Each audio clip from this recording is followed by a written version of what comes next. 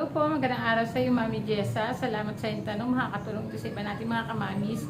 Mami, kung nakalula yung placenta po at malayo po sa cervix ang placenta, so bed rest lang po yung gagawin. At lalo na kung walang contraction para po umangat si placenta. So maglagay ka po ng una sa iyong balakang kada hihiga at para po magkaroon ng chance na umangat po ang placenta mo, ano.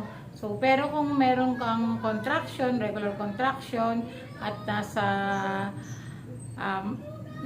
cervix mismo ang placenta, so mahalaga po ay total bed rest at meron pong irereseta sa iyo na gamot para po mawala yung contraction. So ganun. And then same procedure din po, maglalagay ka po ng una na malaki sa yung balakang para po matulungan na umakyat ang iyong inunan, ano. So ganun. And then kapag po nararamdaman mo na wala na pong masakit or mabigat sa bandang pusod at or sa may puwetan, so pwede pong ipagawa ang repeat ultrasound. So yun po ay depende sa iyong pakiramdam at sa magche-check up sa iyo. So meron pong follow-up check-up yan. So napakahalaga po ang follow-up check-up para po ma-monitor ka po mabuti.